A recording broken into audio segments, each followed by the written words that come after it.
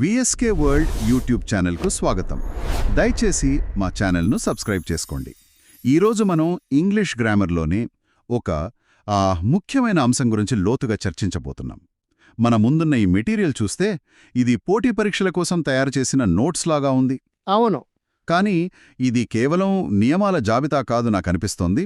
ఇది భాష వెనుకున్న తర్కాన్ని అర్థం చేసుకోవడానికి ఒక మార్గంలా ఉంది. మీరు చెప్పింది నిజం. మన టాపిక్ డిగ్రీస్ ఆఫ్ కంపారిజన్ అంటే పోలిక స్థాయిలు. ఇది కేవలం పరీక్షల కోసమే కాదు, మనం రోజూ వాడే భాషకు ఇది చాలా ఆధారం కదా. ఖచ్చితంగా. మన ఉద్దేశం కూడా ఈ రూల్స్ను బట్టి పట్టడం కాదు, వాటి వెనుకున్న లాజిక్ను అర్థం చేసుకోవడం. సరే, అయితే మొదలు పెడదాం. అసలు ఈ డిగ్రీస్ ఆఫ్ కంపారిజన్ అంటే ఏమిటి? అవి ఎన్ని రకాలు? మన సోర్స్ ప్రకారం విశేషణాలకు అంటే యాడ్జెక్టివ్స్కు ఇంకా యాడ్వర్బ్స్కు 3 డిగ్రీలు ఉంటాయి. 3 డిగ్రీలు? అవును. మొదటిది పాజిటివ్ డిగ్రీ. ఇది చాలా బేసిక్. అంటే ఎలాంటి పోలిక లేకుండా ఒక వ్యక్తి లేదా వస్తువు యొక్క గుణాన్ని చెబుతుంది. ఉదాహరణకు సోర్స్లోనే ఉంది, రాము ఈజ్ అ క్లెవర్ స్టూడెంట్. ఇక్కడ రాము తెలివైనవాడని చెబుతున్నామంతే. ఓకే, వేరే ఎవరితో పోల్చట్లేదు. అర్థమైంది. కరెక్ట్. ఇక రెండోది కంపారిటివ్ డిగ్రీ. పేర్లోనే ఉంది, ఇది ఇద్దరి మధ్య పోలిక. అవును, ఇద్దరు వ్యక్తులు లేదా 2 వస్తువుల మధ్య, ఒకటి ఎక్కువ ఒకటి తక్కువ అని చెప్పడానికి. ఉదాహరణకి, Sushma is more beautiful than Pratibha. Exactly. ఇక్కడ పోలిక సుష్మా ప్రతిభ మధ్య మాత్రమే. సరే, ఇక మూడోది సూపర్లేటివ్ అంటే అత్యున్నత స్థాయి. ఒక సమూహంలో బెస్ట్ అని చెప్పడం. అంటే ఇద్దరికంటే ఎక్కువ మందిలో. Jupiter is the biggest planet అన్నప్పుడు దాన్ని సౌర వ్యవస్థలోని అన్ని గ్రహాలతో పోలిస్తున్నాం. ఓకే, కాన్సెప్ట్ అయితే చాలా స్పష్టంగా ఉంది. కానీ అసలు సమస్య ఇక్కడే మొదలవుతోంది. ఈ కంపారిటివ్, సూపర్లేటివ్ పదాలను ఎలా తయారు చేయాలి? దీనికి కొన్ని నియమాలున్నాయి కదా. అవును, ఇక్కడే అసలు విషయం ఉంది. ఈ రూపాల నిర్మాణం పదం యొక్క అక్షరాల సంఖ్య ఇంకా దాని ముగింపుపై ఆధారపడి ఉంటుంది. సరే, మొదటి నియమం చూద్దాం. చాలా పదాలకు చివర ఎస్ట్ జోడించడం. Tall, taller, tallest. ఇది చాలా సింపుల్. అవును, అది అత్యంత సాధారణ నియమం. కానీ ఒకవేళ పదం చివర అప్పటికే ఈ ఉంటే, ఉదాహరణకు వైడ్ లాంటి పదం. అవును, అప్పుడు మళ్ళీ ఈ పెట్టాల్సిన పని లేదు కదా. వైడర్, వైడెస్ట్, కేవలం స్ట్ జోడిస్తే సరిపోతుంది. ఇది కూడా సులభంగానే ఉంది. కరెక్ట్. కానీ ఈ నోట్స్లో వైతో ముగిసే పదాల దగ్గర ఒక స్టార్ మార్క్ పెట్టారు. ఇక్కడేదో ట్రాప్ ఉన్నట్టుంది. నిజమే, ఇది ఒక ఎగ్జామినర్ ట్రాప్. హ్యాపీ అనే పదం హ్యాపియర్గా మారుతుంది. అక్కడ వై పోయి ఐ వచ్చింది. కాని గే అనే పదం గేయర్గా మారింది. అక్కడ వై పోలేదు. ఎందుకలా? ఇక్కడే భాష యొక్క సౌండ్ సిస్టమ్ పనిచేస్తుందన్నమాట. ఆ నియమం వై అక్షరానికి ముందు ఏముంది అనే దానిపై ఆధారపడి ఉంటుంది. ముందు ఏముంది అంటే, హ్యాపీలో వైకి ముందు పీ ఉంది. అది ఒక హల్లు అంటే కాన్సనెంట్. అలా హల్లు ఉన్నప్పుడు వైని ఐగా మార్చి జోడిస్తాం. ఓకే. కాని గేలో వైకి ముందు ఏ ఉంది.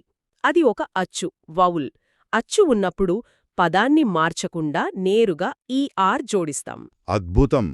అంటే ఇది కేవలం స్పెల్లింగ్ రూల్ కాదు, ఉచ్చారణకు సంబంధించిన నియమం. ఖచ్చితంగా. ఇక ఇలాంటిదే మరో ట్రిక్కీ రూల్. బిగ్ అనే పదం బిగర్ అయినప్పుడు చివరి జీ అక్షరం 2 సార్లు వస్తుంది. అవును, హాట్ కూడా హాటర్ అవుతుంది. ఎందుకు ఆ చివరి అక్షరాన్ని రెట్టింపు చెయ్యాలి? ఇది కూడా ఉచ్చారణకు సంబంధించిందే. బిఐజీ స్పెల్లింగ్లో ఐ అనే అచ్చు శబ్దం చాలా చిన్నగా, వేగంగా పలుకుతాం. అవును, బిగ్ అని. ఒకవేళ మనం జీని రెట్టింపు చేయకుండా కేవలం జోడిస్తే అది బిగ్గర్ అవుతుంది. అప్పుడు స్పెల్లింగ్ రూల్స్ ప్రకారం దాన్ని బైగర్ అని పలకాల్సి వస్తుంది. ఆ చిన్న శబ్దం పోతుంది. అర్థమైంది. అంటే ఆ రెండవ జీ ఒక గోడలా పనిచేసి ఆ అచ్చు శబ్దం పొడవుగా మారకుండా కాపాడుతుందన్నమాట. ఇది నిజంగా ఒక అహా మూమెంట్. సరిగ్గా అదే. స్పెల్లింగ్ రూల్స్ చాలా వరకు భాష యొక్క శబ్దాలను కాపాడటానికే ఉంటాయి. సరే, చిన్న పదాల సంగతి చూశాం. మరి పెద్ద పదాల సంగతి ఏంటి? బ్యూటిఫుల్ లాంటివి. నాకు బ్యూటిఫుల్లర్ అని వినడానికే చాలా ఎబ్బెట్టుగా ఉంది. అవును, భాష దాన్ని అనుమతించదు. ఇక్కడ మోర్ బ్యూటిఫుల్, మోస్ట్ బ్యూటిఫుల్ అని వాడతాం. దీని వెనుక కూడా ఏదైనా తర్కం ఉందా? ఉంది. సాధారణంగా 2 అంతకంటే ఎక్కువ సిలబుల్స్ ఉన్న పదాలకు జోడిస్తే పదం చాలా పొడవుగా పలకటానికి కష్టంగా మారుతుంది. నిజమే. అందుకే భాష సులభమైన మార్గాన్ని ఎంచుకుంది. పదాన్ని మార్చకుండా దాన్ని ముందు మోర్ లేదా మోస్ట్ అని పెట్టింది. ఇక ఈ నియమాలన్నింటికీ మినహాయింపుగా కొన్ని పదాలున్నాయి. మన సోర్సులో వీటిని ఇర్రెగ్యులర్ యాడ్జెక్టివ్స్ అన్నారు. Good, better, best, bad, worse, worst. వీటికి ఏ రూల్ వర్తించదు. అవును, ఇవి ఆధునిక ఇంగ్లీష్ నియమాలు ఏర్పడక ముందునుంచి ఉన్న పదాలు. ఇవి వాటి పాత రూపాలను అలాగే నిలుపుకున్నాయి. వీటిని గుర్తుంచుకోవాలి అంతే. ఈ నోట్స్లో మరో ఆసక్తికరమైన విషయం గుర్తించాను. కొన్ని పదాలకు అసలు కంపారిజన్ ఉండదట. యూనిక్, పర్ఫెక్ట్, రౌండ్ వంటివి. అవును, ఇది చాలా ముఖ్యమైన పాయింట్. ఎందుకు వీటికి పోలిక ఉండదు? ఎందుకంటే ఆ పదాలు తమలోనే ఒక సంపూర్ణమైన అత్యున్నతమైన అర్థాన్ని కలిగి ఉంటాయి. ఒక వస్తువు గుండ్రంగా ఉంటుంది అంతే, మరింత గుండ్రంగా ఉండదు కదా. నిజమే. ఒక విషయం అసాధ్యం, ఇంపాసిబుల్, దాన్ని మరింత అసాధ్యమని చెప్పలేం. యునిక్ అంటే దానికదే సాటి. అలాంటప్పుడు దాని మరొకదానితో పోల్చలేం. సరే, పదాలను ఎలా మార్చాలో అర్థమైంది. కానీ మన సోర్స్ మెటీరియల్ ప్రకారం అసలైన సవాలు వాక్యాలను మార్చడంలోనే ఉంది. అవును, అర్థం మారకుండా ఒక డిగ్రీ నుండి మరొక డిగ్రీకి వాక్యాన్ని మార్చడం. ఇది కొంచెం కష్టంగా అనిపిస్తోంది. చూద్దాం. మన లక్ష్యం అర్థాన్ని కాపాడటం, నిర్మాణాన్ని మార్చడం. ఉదాహరణకు ఒక సింపుల్ మోడల్ ఉంది. Rahim is as tall as Rohit. ఇది పాజిటివ్ డిగ్రీ. అంటే ఇద్దరూ సమానంగా పొడవు. నేను ప్రయత్నిస్తాను. దీన్ని కంపారిటివ్లోకి మార్చాలంటే రోహిత్ రహీం కంటే పొడవు కాదు అని చెప్పాలి. చెప్పండి. Rohit is not taller than Rahim. ఇక్కడ సబ్జెక్ట్, ఆబ్జెక్ట్ స్థానాలు మారాయి. ఇంకా వాక్యంలోకి నాట్ వచ్చింది. సరిగ్గా చెప్పానా? ఖచ్చితంగా. అదే దాని వెనుకున్న లాజిక్. సరే, ఇది వార్మప్ మాత్రమే. అసలు ఆట ఇక్కడ మొదలవుతుంది. మన నోట్స్లో నో అదర్, వెరీ ఫ్యూ అనే పదబంధాలపై చాలా ఎక్కువ ఫోకస్ పెట్టారు. అవును, ఈ రెండింటి మధ్య ఉన్న చిన్న తేడా వాక్యం యొక్క మొత్తం స్వరూపాన్నేం మార్చేస్తుంది. ఎలాగా? ఒక చిన్న ఉదాహరణ. No other runner is as fast as Usain Bolt. అంటే ఉసేన్ బోల్ట్ తిరుగులేని ఛాంపియన్, అతనే నంబర్ 1. అంటే అతను ఒక్కడే అత్యుత్తమమైనవాడు. సరిగ్గా. కానీ very few runners are as fast as Carl Lewis అంటే కార్ల్ లూయిస్ అత్యుత్తమమైన వారిలో ఒకడు. అంటే గొప్పవాళ్ల గ్రూప్లో ఉన్నాడు. కాని అతనితో పాటు బహుశా ఇంకొందరు కూడా ఉండొచ్చు. వావ్! ఈ అనాలజీతో చాలా స్పష్టత వచ్చింది. ఇప్పుడు దీని వాక్య పరివర్తన చూద్దాం. No other animal is as big as an elephant. దీని కంపారిటివ్ రూపంలో థాన్ ఎనీ అదర్ అనే కీ ఫ్రేజ్ వాడాలి. ఆ ఎనీ అదర్ అనేది చాలా ముఖ్యం. ఏ ఇతర జంతువు కంటే అని అర్థం. ఓ, అంటే అది ఏనుగును మిగతా అన్నింటికంటే పైన నిలబడుతుంది. అన్ elephant is bigger than any other animal. అవును. అంటే నో అదర్కి జంట ఎనీ అదర్ అన్నమాట. ఇది సూపర్లేటివ్కి కూడా దారితీస్తుంది. An elephant is the biggest animal. Perfect. అదొక గొలుసుకట్టులాంటిది. No other than any other, the biggest. ఇప్పుడు అదే లాజిక్ను వెరీ ఫ్యూకి అప్లై చేద్దాం. Very few cities in India are as rich as Mumbai. ఇక్కడ ముంబై గొప్పవాళ్లలో ఒకటి. కాబట్టి కంపారిటివ్లో మనం ఎనీ అదర్ అని వాడలేం. ఇక్కడే ట్రాప్ ఉంది. మన సోర్స్ ప్రకారం ఇక్కడ దాన్ మోస్ట్ అదర్ సిటీస్ వాడాలి. అంటే చాలా ఇతర నగరాల కంటే. సరిగ్గా పట్టుకున్నారు. ఇది ముంబైని అగ్రసమూహంలో ఉంచుతుంది, కాని ఏకైక అగ్రస్థానంలో కాదు. మరి సూపర్లేటివ్లో? సూపర్లేటివ్లో కూడా ముంబై ద రిచెస్ట్ సిటీ కాదు. అది one of the richest cities అవుతుంది. ఆ వన్ ఆఫ్ ది అనే పదబంధం చాలా కీలకం. అర్థమైంది.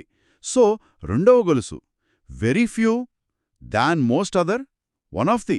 ఈ చిన్న చిన్న పదబంధాలే మార్కుల నిర్ణయిస్తాయి. ఖచ్చితంగా. ఈ నోట్స్లో ఇంకో మోడలుంది. సమ్ అదర్తో మొదలయ్యే వాక్యాలు. ఇది కొంచెం నెగిటివ్గా అనిపిస్తోంది. అవును. ఉదాహరణకు some other boys in the class are at least as tall as Akbar. దీనర్థం అక్బర్ అందరికంటే పొడవు కాదని, అతనితో సమానంగా ఇంకొందరు ఉన్నారని. ఓకే. అందుకే దీని పరివర్తనలు కూడా నెగటివ్లోకి వెళ్తాయి. అక్బర్ కొందరు ఇతర అబ్బాయిల కంటే పొడవు కాదు. అంటే కంపారిటివ్ వాక్యం Akbar is not taller than some other boys in the class. Correct. అంటే సూపర్లేటివ్ కూడా Akbar is not the tallest boy in the class అని వస్తుంది. ఇది ఒక వ్యక్తి సమూహంలో అత్యుత్తమ స్థానంలో లేడని చెప్పడానికి ఉపయోగపడుతుంది. అవును. ఈ 3 నమూనాలు no other, very few, some other అనేవి 3 వేర్వేరు పరిస్థితులను వివరిస్తాయి. 1 తిరుగులేని ఆధిక్యత, 2 ఉన్నత వర్గంలో సభ్యత్వం, 3 ఆధిక్యత లేకపోవటం. నిజమే. ఈరోజు మన చర్చలో డిగ్రీస్ ఆఫ్ కంపారిజన్ అనేది కేవలం ఈఆర్, ఈఎస్టీ జోడించడం కాదని అర్థమైంది. దాని వెనుక చాలా తర్కం ఉంది. అవును. గ్రామర్ నియమాలను కేవలం గుర్తుంచుకోవాల్సినవిగా కాకుండా అవి ఎందుకలా ఉన్నాయో అర్థం చేసుకుంటే భాషపై పట్టు దొరుకుతుంది. ఈ చర్చలో మనం ముందనుకున్న యునీక్ లేదా పర్ఫెక్ట్ లాంటి పదాల విషయం నన్నింకా ఆలోచింపజేస్తోంది. మనం his style is more unique అని వాడుతుంటాం కదా. నిజమే, వాడుకలో ఉంది. మరి అలాంటప్పుడు మనం గ్రామర్ నియమాన్ని ఉల్లంఘిస్తున్నామా లేక తర్కం యొక్క హద్దులను దాటుతున్నామా?